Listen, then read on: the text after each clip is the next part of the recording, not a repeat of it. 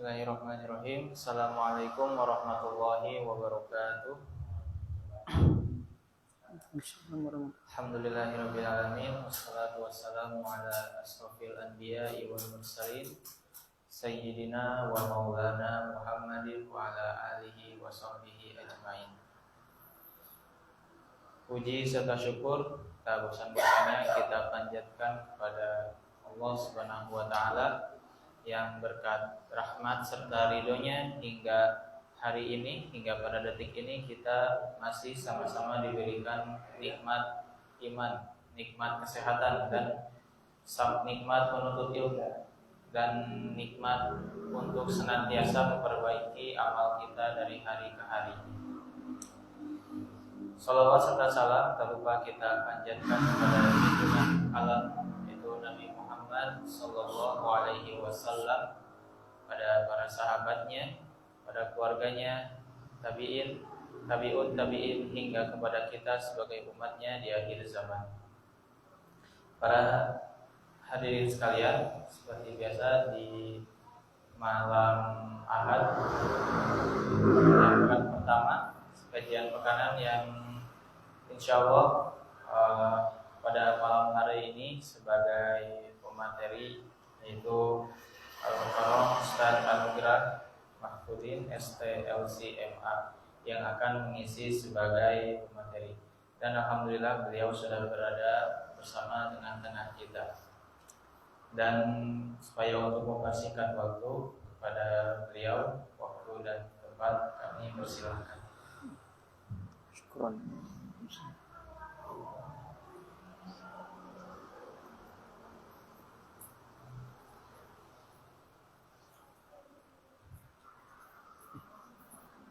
Bismillahirrahmanirrahim. Assalamualaikum warahmatullahi wabarakatuh. Innal hamdalillah nahmaduhu wa nasta'inuhu wa nastaghfiruh wa na'udzu billahi min shururi anfusina wa min sayyiati a'malina. May yahdihillahu fala mudhillalah wa may yudlil fala hadiyalah. Asyhadu an la ilaha illallah wahdahu la syarikalah wa asyhadu anna Muhammadan abduhu wa rasuluh. Allahumma sholli ala Muhammad wa ala alihi wa sahbihi ajma'in. Amma ba'd. Alhamdulillah, kita panjatkan puji dan syukur kehadirat Allah Rabbul Izzati, Zat yang terus memelihara kita, yang terus mencurahkan nikmat dan kasih sayangnya pada kita, yang terus menanamkan keimanan di dalam hati kita, yang dengannya alhamdulillah kita dipertemukan dalam majelis yang mulia ini, yang kita harapkan Allah Subhanahu wa taala menghidupkan keimanan kita di hari majelis ini dan memberikan kepada kita ilmu yang bermanfaat. Allahumma anfa'na ma 'allamtana wa 'allimna ma yanfa'una wa zidna 'ilma. Salawat dan salam semoga senantiasa tercurah terlimpah pada uswah kita Nabiullah Muhammad Rasulullah sallallahu alaihi wasallam, pada keluarga, sahabat dan pengikutnya yang setia hingga akhir zaman. Ya, pada kesempatan pembahasan tadabbur Al-Qur'an kali ini kita akan sama-sama mentadaburi surat Al-A'raf ayat ke-96 ya. Silakan kalau mau membuka Al-Quran ya, surat Al-A'raf, surat ke-7 ayat 96. Mudah-mudahan Allah Subhanahu wa taala memberikan bimbingannya ya, taufiknya kepada kita agar kita dapat mentadaburi dengan baik ya, sehingga ayat ini menjadi ayat yang kita internalisasi ya, kita pahami, jiwai, dan kita amalkan dalam kehidupan kita. Ya, saya bacakan terlebih dahulu. A'udzu billahi minasy syaithanir rajim. Bismillahirrahmanirrahim. Walau anna ahlal qura amanu wattaqau lafatahna alaihim barakatin minas sama'i wal ard. Walakin kadzabu fa'akhadnahum bima kanu yaksibun. jikalau sekiranya ya penduduk negeri ahlal qura ya, walau anna ahlal qura, jikalau sekiranya penduduk negeri-negeri amanu wattaqau, itu beriman dan bertakwa, la patahna, maka akan kami bukakan, pastilah kami akan limpahkan, alaihim, kepada mereka, barokatim minas samai, berkah dari langit, wal ard, dan bumi. Walakin kadzabu, tetapi mereka mendustakan, ya di sini mendustakan ayat-ayat kami, ayat-ayat Allah.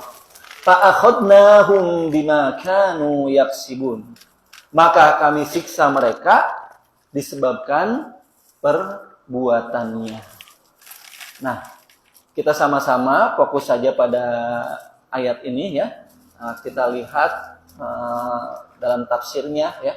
Ini dalam Tanwir Miqbas ya, tafsir Ibnu Abbas ya, ini menyebutkan ya. Walau anna ahlal qurall lati ahlakna ahlaha ya. Jadi maksud di sini walau anna ahlal qura, jikalau sekiranya penduduk negeri, ini maksudnya adalah allati, yang kami hancurkan, ahlaha, penduduknya ya. Nah, di sini mengapa menggunakan walau anna ya? Nah, karena ini berkaitan dengan penduduk ya suatu negeri yang ia mendustakan ayat-ayat Allah, maka Allah mencabut kenikmatan kepadanya dengan memberikan azab. Nah, ya, jadi allati ahlakna ahlaha. Nah, kalaulah mereka itu amanu, beriman ya. Nah, amanu di sini dalam tafsir ini disebutkan bil kitabi war rusuli, kepada kitab dan para rasul.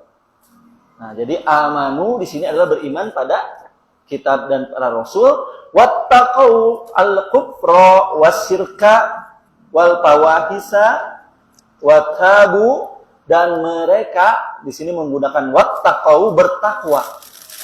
Nah, bertakwa ini dengan mereka menjauhi, meninggalkan. Ya. Wattaqau di sini mereka meninggalkan kekafiran, kesyirikan, ya, perbuatan keji, ya, fahisha, watabu, dan mereka bertaubat. Nah, jadi pada kenyataannya, nah penduduk-penduduk yang telah mendustakan ayat-ayat Allah ini oleh Allah Subhanahu Wa Taala dibinasakan, gitu ya. Nah, padahal kalau mereka beriman dan bertakwa, la patahna alaihim, maka kami bukakan kepada mereka ini keberkahan dari langit. Nah, apa maksud keberkahan dari langit di sini disebutkan dalam tafsir ini bil matori ya, dengan diturunkannya oleh Allah Subhanahu wa taala mator, hujan. Nah, tapi hujannya maksudnya adalah hujan yang membawa keberkahan dalam artian ia mendatangkan manfaat yang besar ya bagi kehidupan manusia, yaitu dengan ditumbuhkannya ya pepohonan, ya hewan-hewan, ternak dan lain-lainnya yang bermanfaat bagi manusia dengan hujan tersebut.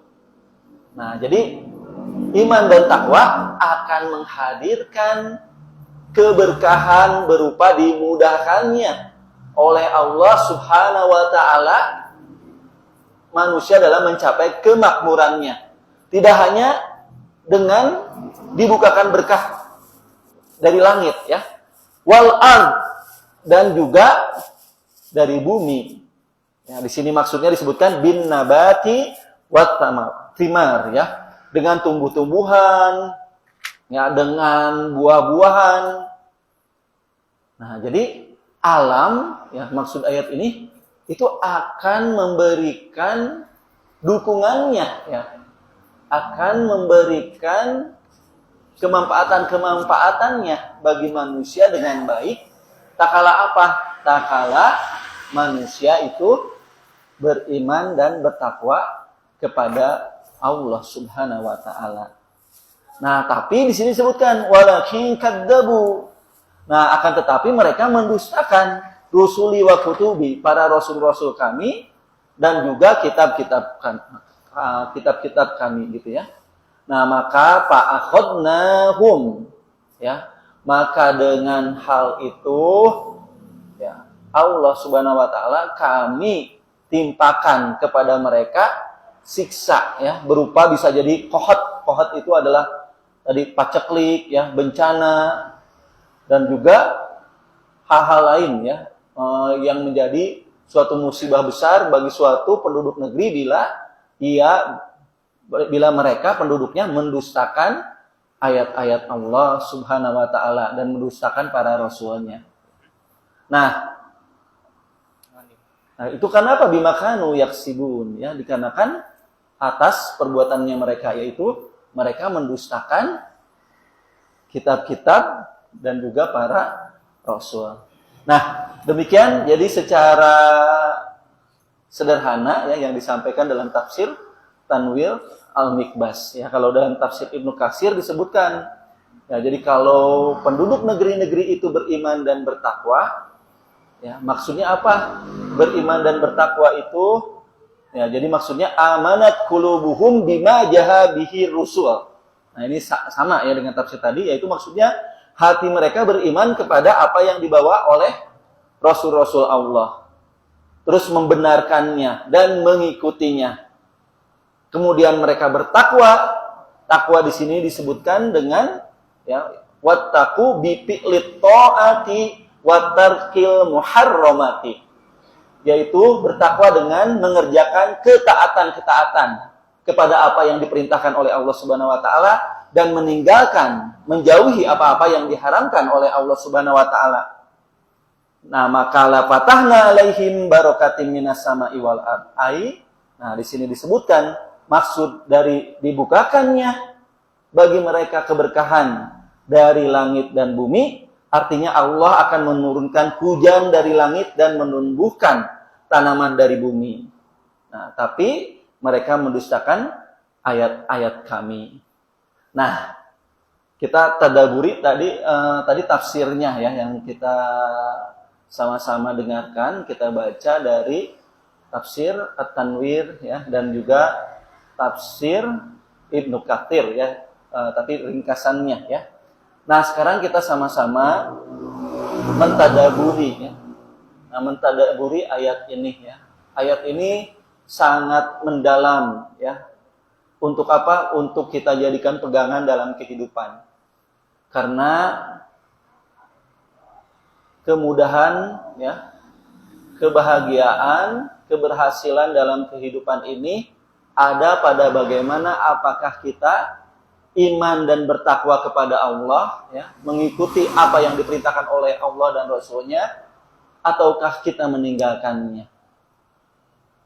Nah, bila kita ingin mencapai keselamatan di dunia dan akhirat, tiada lain jalannya adalah dengan amanu wattaqau, beriman dan takwa kepada Allah.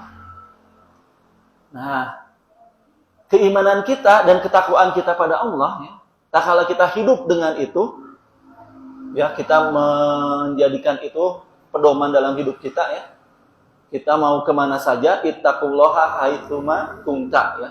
Bertakwalah kepada Allah dimanapun kau berada.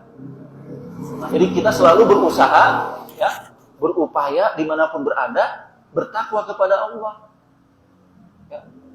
Mau berniaga adalah niaga yang ditegakkan dengan dasar takwa. Bertetangga yang ditegakkan dengan dasar takwa. Berkeluarga ditegakkan ya, interaksinya dengan ketakwaan.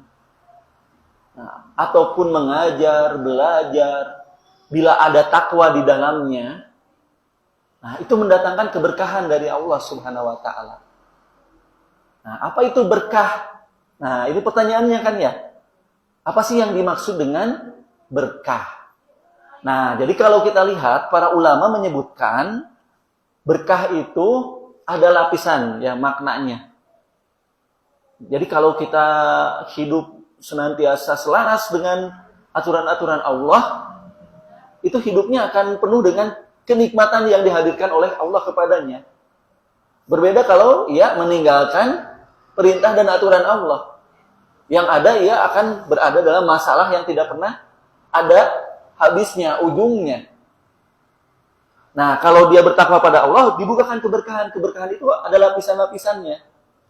Berkah itu secara bahasa, nah itu kan barokah ya. Barokah itu kalau misalnya disebutkan barokal bair.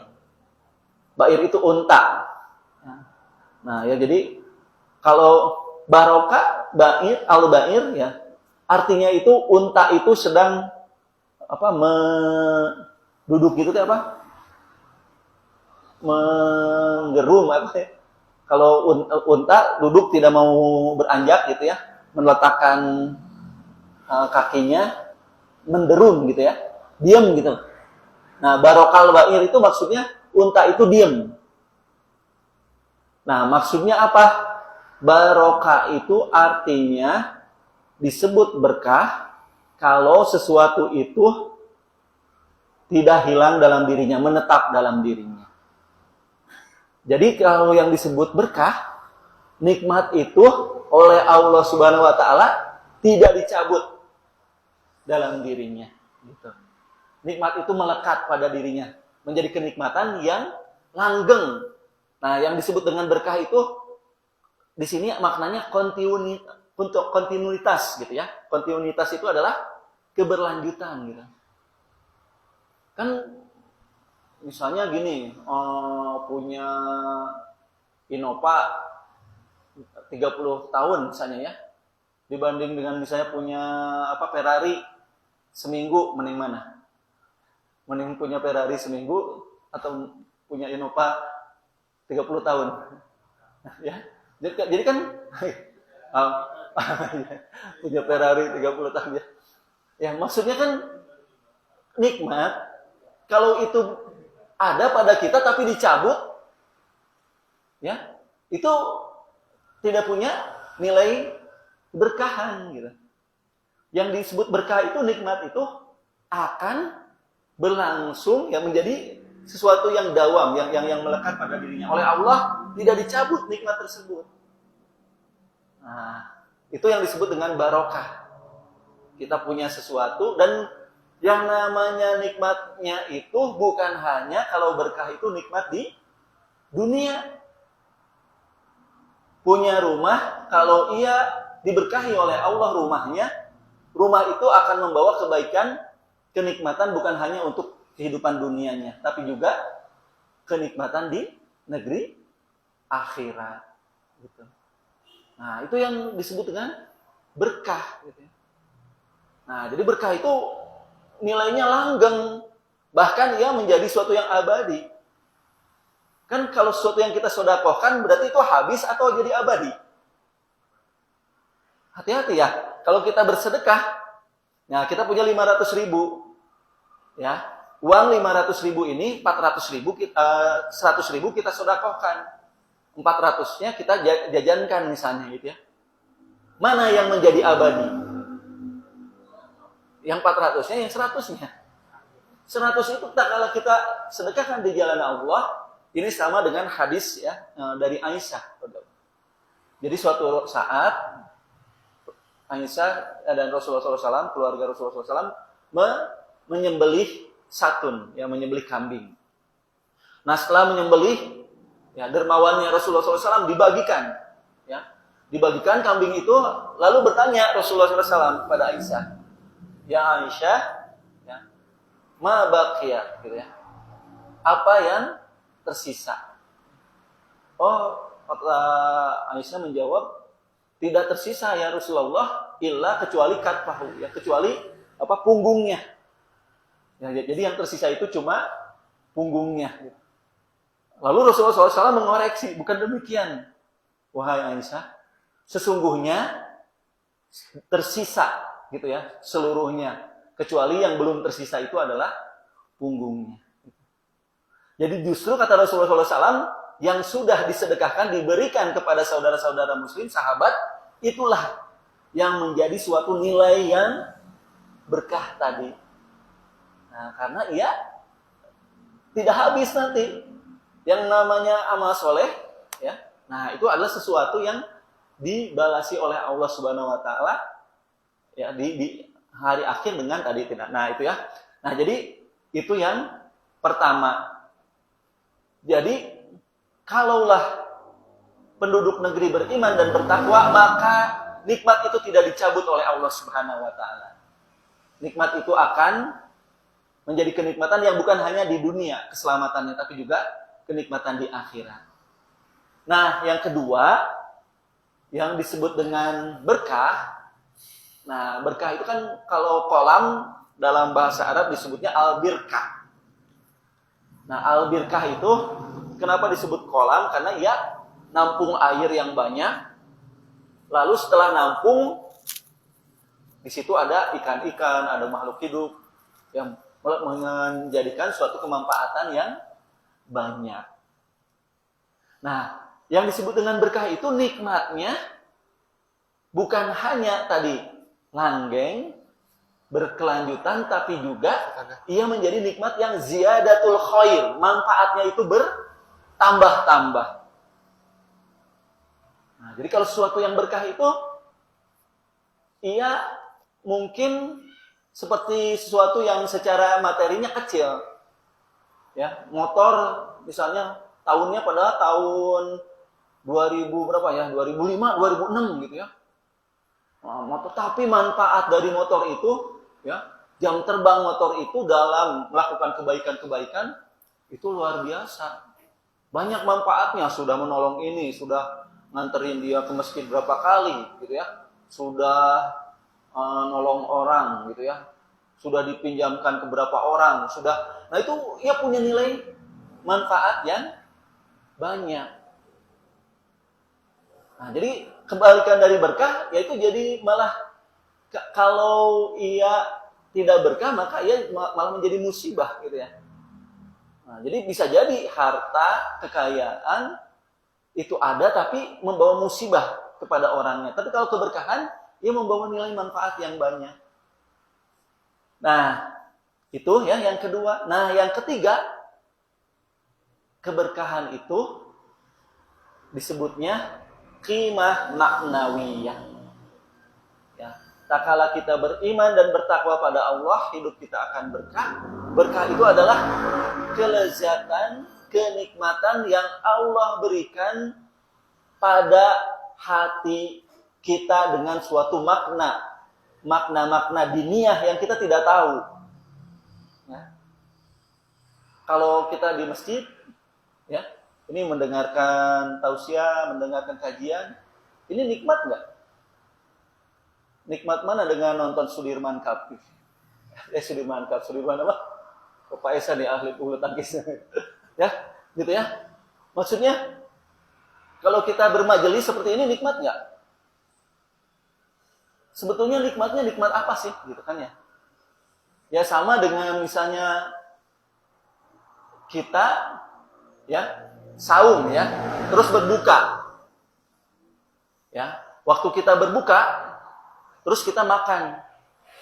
Ya, waktu makan kita adalah waktu buka saum dengan makan kita dimakan-makan yang lain, nikmatnya lebih nikmat mana? Hah? Beda sekali ya, jauh ya.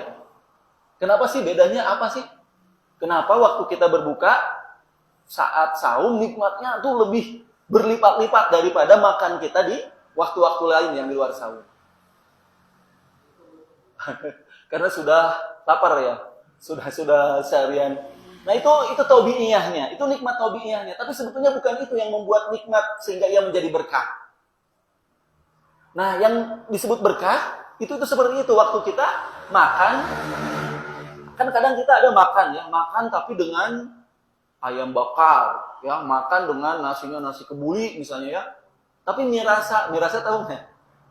Mie rasa itu nggak enak aja, ya, nggak enak aja. Padahal makannya dengan tadi ya. Nah tapi tidak enak. Tapi kalau berkah tidak demikian. Berkah itu suatu kenikmatan batiniah. Ya sama dengan kita mendengarkan ayat Allah, mendengarkan tausiah, berzikir, sholat. Itu adalah nikmat-nikmat yang dihadirkan oleh Allah berupa namanya nikmat diniyah ke dalam diri seseorang. Nah maka hidupnya apapun yang dia hadapi akan nikmat dan lezat. Nah, itu yang disebut dengan berkah. Nah, jadi berkah ini, kenikmatan itu jadi luar biasa. Nah, oleh karena itu, ya rahimakumullah, ya majelis kajian Masjid Umum Barok yang dirahmati oleh Allah Subhanahu wa taala, dalam tadabbur ini dengan ayat ini, ya, ini menjadi pelajaran kepada kita agar betul-betul bila ingin merasakan ya nikmatnya kehidupan ini, dan nikmat itu bukan hanya artifisial ataupun secara materinya saja, ya, tapi nikmat itu adalah nikmat yang diberkahi, dalam arti nikmat itu menjadi nikmat yang berkesinambungan, nikmat yang manfaatnya ziyadatul khair, kebaikannya bertambah-tambah, dan nikmat yang dirasakan juga oleh nikmat maknawiyah di dalam hati kita, ya, jiwa kita, tiada lain, ya, bahwa itu harus dicapai dengan tadi walau anna ahlal qura amanu wattaqau, ya. Nah, ini berarti juga maksudnya apa? Dalam hidup kita ingin kan harta kita berkah, ya. Kita ingin anak-anak kita berkah. Karena ada anak jadi musibah, harta jadi musibah, rumah jadi musibah, tetangga jadi musibah, ya. Kehidupan bermasyarakat, kekayaan alam jadi musibah, jadi berebutan, ya. Jadi lahan dikorupsi misalnya, ya. Tidak mensejahterakan masyarakatnya, umatnya. Ya seperti tikus yang mati di lumbung padi gitu, ya. Karena apa? Karena kalau itu dikelola tidak dengan iman dan takwa, ya. Kalau kita tidak mengelola harta anak kita, keluarga, perniagaan, urusan-urusan kita dengan iman dan ketakwaan, maka yang datang kan disebutkan kan, ya, barang siapa ya faman a'radu an dzikri fa innalahu ma'isyatan dhanka. Barang siapa yang berpaling dari ayat-ayatku, nah jangan pernah coba-coba, ya, kita iseng-iseng, ya, untuk apa? Kali-kali mah gitu kan, ya, atau berpaling dari aturan-aturan Allah dalam hal apapun, maka tak kala kita berpaling dari aturan Allah, bersiap-siaplah dengan kehidupan ma'isyatan dongka yang sempit, jauh dari keberkahan. Nah, jadi kalau kita mendustakan seperti itu, tapi kalau kita beriman dan bertakwa, maka kehidupannya akan senantiasa diiringi, ya, oleh keberkahan ini, ya. Nah, jadi berkah itu sekali lagi ini karunia Allah, ya, nikmat hakiki yang itu dirasakan secara substansi oleh jiwanya, ya. Nah, karena Allah Subhanahu wa taala, nah adilnya Allah yang meletakkan nikmat itu. Sebetulnya nikmat itu ada di mana? Ya. Nikmat itu di makanannya, di tempat tidurnya, di rumahnya yang mewah, atau di hati nikmat itu sebetulnya letaknya. Kan ya, menikmati itu sebetulnya hati kan, ya. Nah, keadilan Allah ini dalam hadis riwayat Al-Munziri, innallaha azza wa jalla biqistihi wa adlihi. Sesungguhnya Allah Subhanahu wa taala, Allah azza wa jalla dengan keadilannya, ja'alal fah warruh, menjadikan kebahagiaan itu letaknya firridho wal yakin, di dalam hati yang ridho dan yakin kepada Allah Subhanahu wa taala. Jadi bukan kalau Allah meletakkan, ini kan maksudnya begini. Kalau Allah meletakkan nikmat, kebahagiaan, ya tadi keberkahan itu pada si kaya, ya, pada si sehat, pada si tokoh, ya, si idola, si pemilik jabatan. Nah, ternyata kekayaan itu bukan diletakkan kepada nilai-nilai materinya oleh Allah Subhanahu wa taala. Bahagia itu diletakkan pada jiwanya. Ya, pada jiwa yang ridho dan yakin. Kalau ridho dan yakin bisa ada pada si miskin? Bisa ada gitu ya. Bisa jadi si miskin lebih bahagia daripada si kaya. Tak kalah si miskin hidup dengan jiwa yang ridho dan yakin. Bisa jadi si miskin lebih kaya ya dalam jiwanya karena dipenuhi dengan rasa qanaah dalam dirinya kepada Allah. Bisa jadi ya dengan rasa syukur itu nikmatnya bertambah. Mungkin yang kaya misalnya gajinya 1 bulan sampai 50 juta misalnya ya. Si miskin misalnya tadi ya hanya dapat 3 juta. Tapi ternyata dengan 3 jutanya, karena ia ridho dan yakin kepada Allah, maka berkah dengan 3 juta itu, dengan keberkahan itu ia menikmati. Ya, yang ia gunakan dengan 3 juta itu, dengan kenikmatan yang dirasakan bukan hanya materinya, tapi jiwanya dengan rasa syukur kepada Allah Subhanahu wa Ta'ala. Nah, wa ja'alal gham dan sebaliknya Allah Subhanahu wa Ta'ala menjadikan kekhawatiran, kesedihan itu ada pisyaki wasukhat. Kalau seseorang itu berprasangka ya, orang itu penuh dengan kekhawatiran dan kemarahan, tidak ridho kepada yang Allah berikan untuk dirinya. Nah, oleh karena itu ya, mudah-mudahan kita dapat ya menggapai keberkahan Allah Subhanahu wa Ta'ala, dan itu kan selalu yang kita doakan untuk saudara-saudara kita kan ya. Assalamualaikum ya wa rahmatullahi, itu kan ya. Jadi bukan lagi salam ya. Ini lagi menjelaskan salam gitu ya. Wa barakatuh kan gitu ya. Assalamu, ini doa yang luar biasa indahnya. Ya. Assalam itu nama Allah kan ya. Nama Allah. Assalam itu Allah selamat dari segala kekurangan dalam zat, dalam sifat dan perbuatannya. Dan Allah lah, Allahumma antas salam wa minkas salam. Dan keselamatan itu baik dalam din maupun dunia itu di sisi Allah, milik Allah. Assalamu itu kita mendoakan dengan menyebut nama Allah Assalam, kita mendoakan saudara kita agar diberikan keselamatan oleh Allah dalam urusan dunia dan dinnya. Terutama adalah Allahumma inna nas'aluka salamatan din gitu ya. Assalamualaikum warahmatullahi dan rahmat Allah wa barakatuh gitu ya. Dan keberkahannya.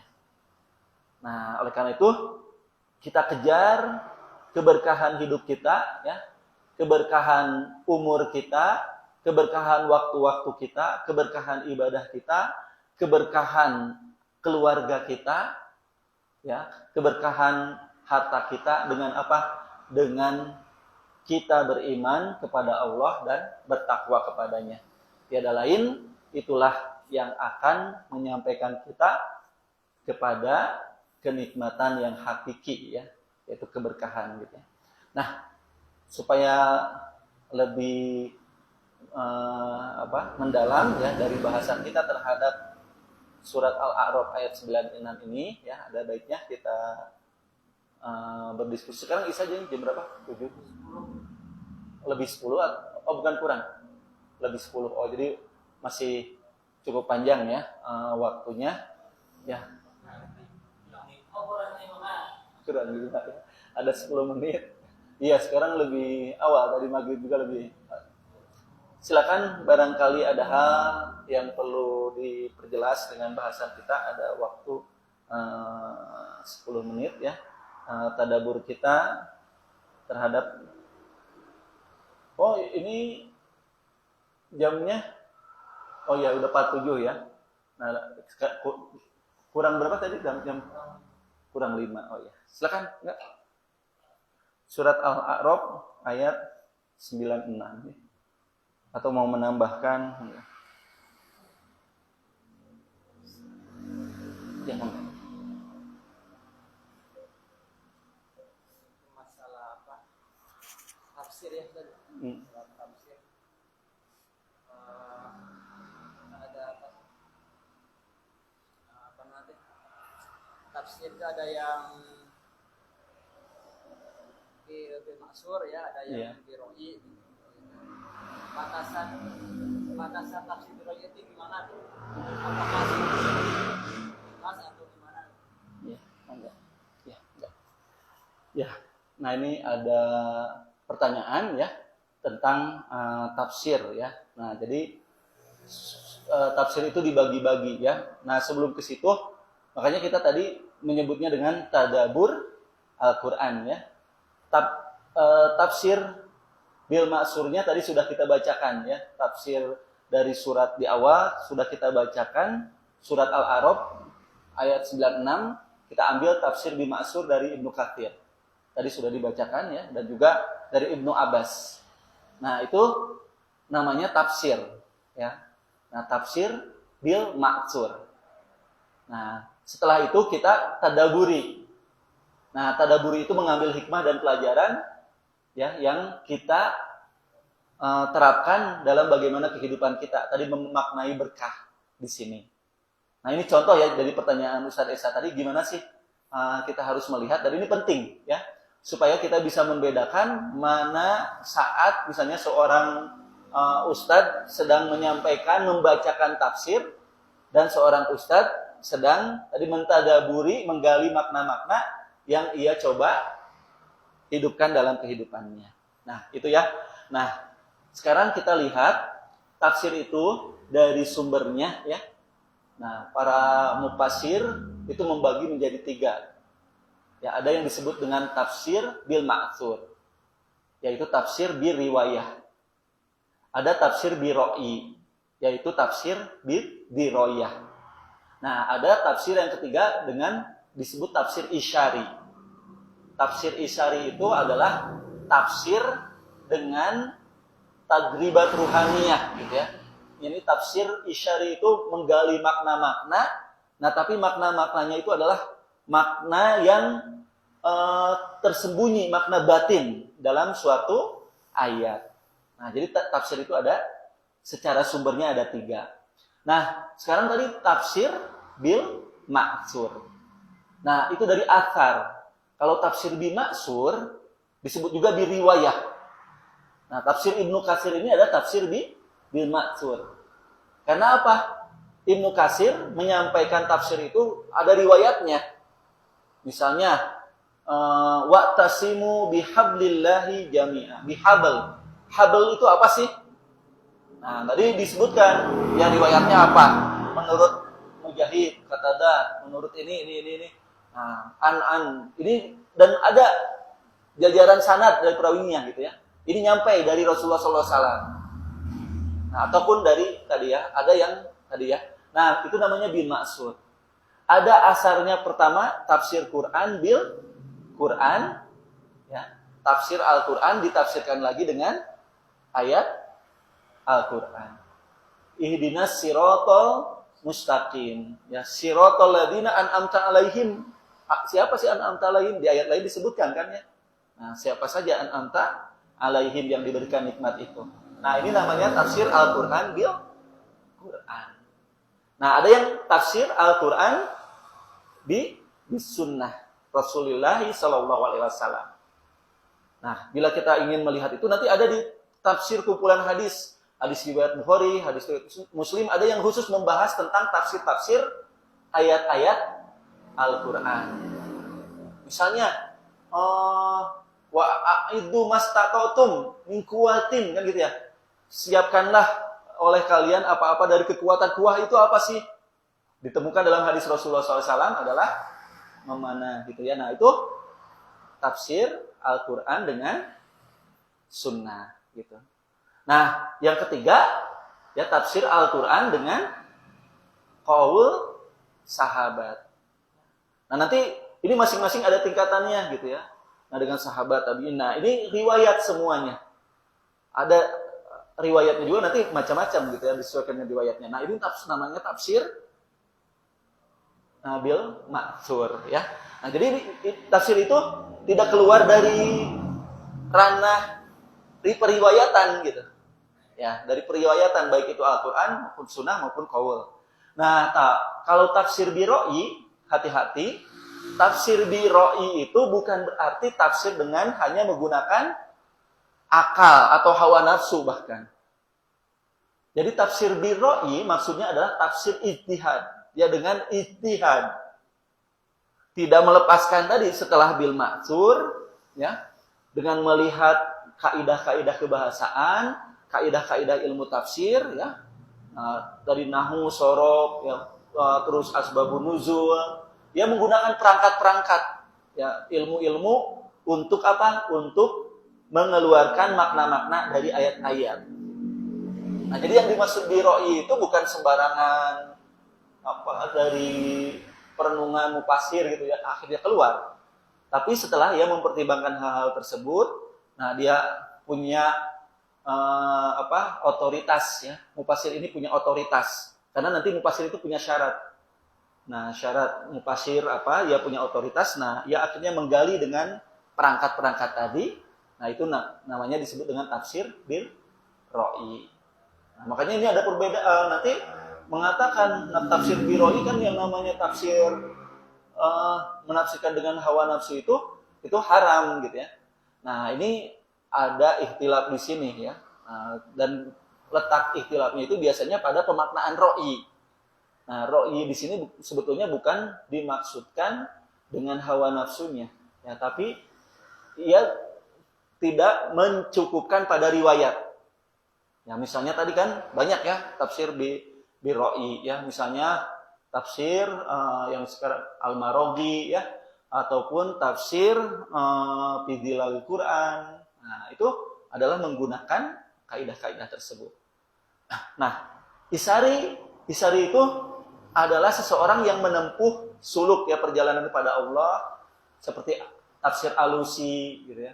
Nah, tafsir banyak ya tafsir-tafsir yang ia menafsirkan tapi bagian-bagian batin, kedalaman-kedalaman yang ia peroleh dari apa? Dari perenungan gitu. Makna-makna yang akhirnya kan disebutnya irfan ya. Irfan itu adalah petunjuk dari Allah Subhanahu wa taala berupa ilhamat tak kala seseorang itu dekat dengan Allah gitu. Nah, itu adalah tafsir isyari. Ya, demikian ya Ustaz saya, wallahu a'lam. Udah azan? Oh, ya. Itu wallahu a'lam bimuradihi. Silakan, masih ada? Kalau ada, tapi waktunya udah ini ya. Kalau ada Kak, ya silakan. Enggak.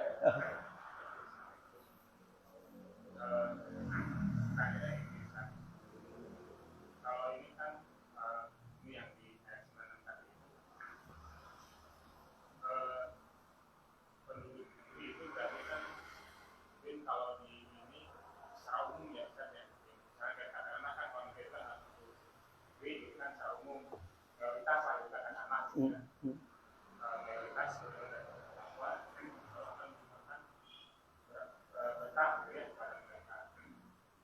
Nah, ini sebagai contohnya aja nih, misalnya ada dua contoh.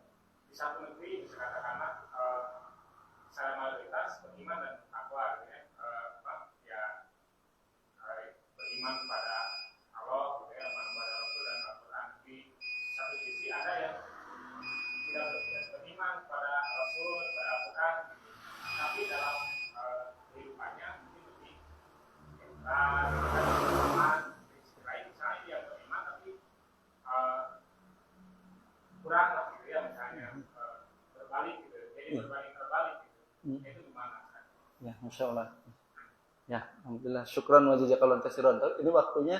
Nah, kita satu aja ya. Pertanyaan yang memang luar biasa baiknya ya, untuk kita sama-sama kaji ya. Ini dalam realita kehidupan ya. Nah, apakah Al-A'raf ayat 96 ini ya punya suatu secara realita itu bertolak belakang gitu ya, secara diametral. Ternyata malah negeri yang tidak diatur atau mayoritasnya bukan muslim ya, dan bukan diatur oleh Al-Quran dan As-Sunnah. Nah, tapi mereka berada dalam kehidupan yang tadi ya, bisa jadi tadi aman, damai gitu ya. Walaupun ada nggak contohnya ya, misalnya ya, seperti itu gitu ya, negaranya seperti itu ya, tidak beriman pada Allah dan Rasulnya tapi aman, damai, tenang gitu ya. Ada nggak contohnya Pak? Banyak, misalnya Jepang. Nah, dikira-kira Jepang ada masalah nggak di Jepang? Ya kan banyak kan?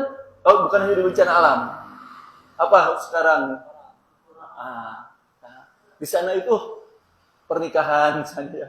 Kondisi tadi sudah jelas kalau akidah itu udah jauh gitu ya. Nah, tapi secara kehidupannya walaupun kita lihat mungkin teknologi ya dan hal lain-lain di sana tetap lebih ini ya, kalaupun kerja mungkin di sana dan penguasaan terhadap teknologi itu menyebabkan per kapita income-nya lebih tinggi ya. Tapi mereka kan mengalami permasalahan misalnya tidak mau menikah ya. Menikah banyak malah membeli boneka ya sebagai istrinya. Coba dilihat lagi, itu permasalahan banyak di Jepang ya dengan permasalahan-permasalahan. Nah, tapi kalaupun ada ya, Pak Wahyu ya, ada suatu hal seperti itu, kita harus ingat sisi lain juga ada yang Allah biarkan. Sama dengan bukan hanya suatu negeri. Kita tidak ke negeri aja ya. Ada seseorang yang ia mudahkan rizkinya. Rumahnya besar, aman, banyak penjaga keamanannya, hidupnya tentram, tapi dia tidak sholat misalnya. Nah, ada yang seperti itu, tapi itu namanya bukan berkah, tapi istidrod, gitu ya. Ya, istidrod ya di surat apa? Al-Qalam ya.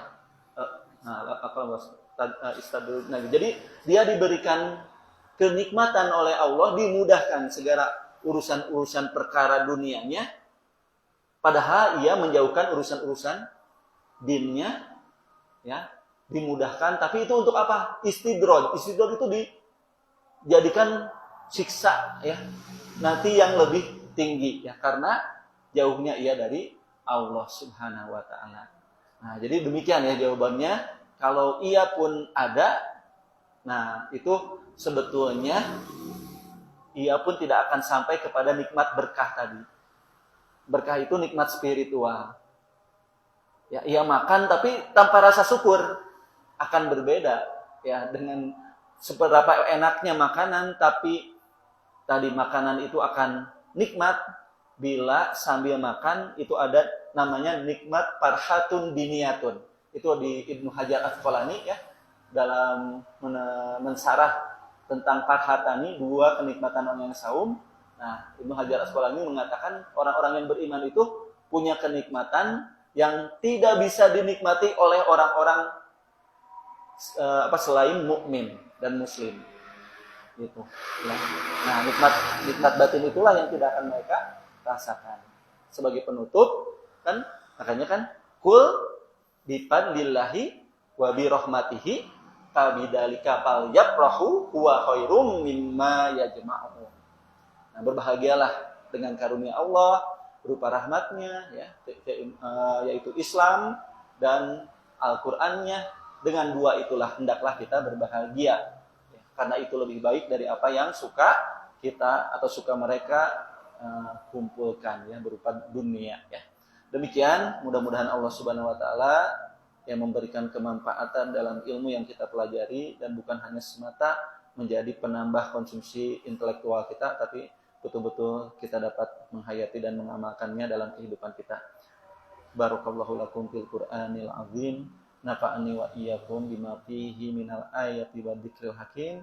Aqulu qouli hadza astaghfirullah li wa lakum wa billahi taufiq wal hidayah. Assalamualaikum warahmatullahi wabarakatuh.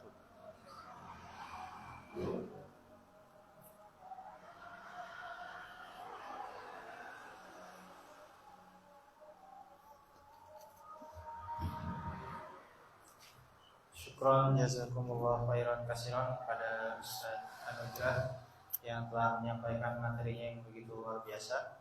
Semoga apa yang beliau sampaikan dapat menambah keimanan kita, menambah peluang pahala-pahala kita untuk senantiasa kita berubah menjadi lebih baik setiap hari. Amin ya rabbal alamin. Karena sudah memasuki waktu Isya, marilah kita tutup kajian kita pada malam hari ini dengan baca hamdalah istighfar 3 kali dan doa kifaratul majelis. Alhamdulillahirabbil alamin. Astagfirullahaladzim. Astagfirullahaladzim. Astagfirullahaladzim.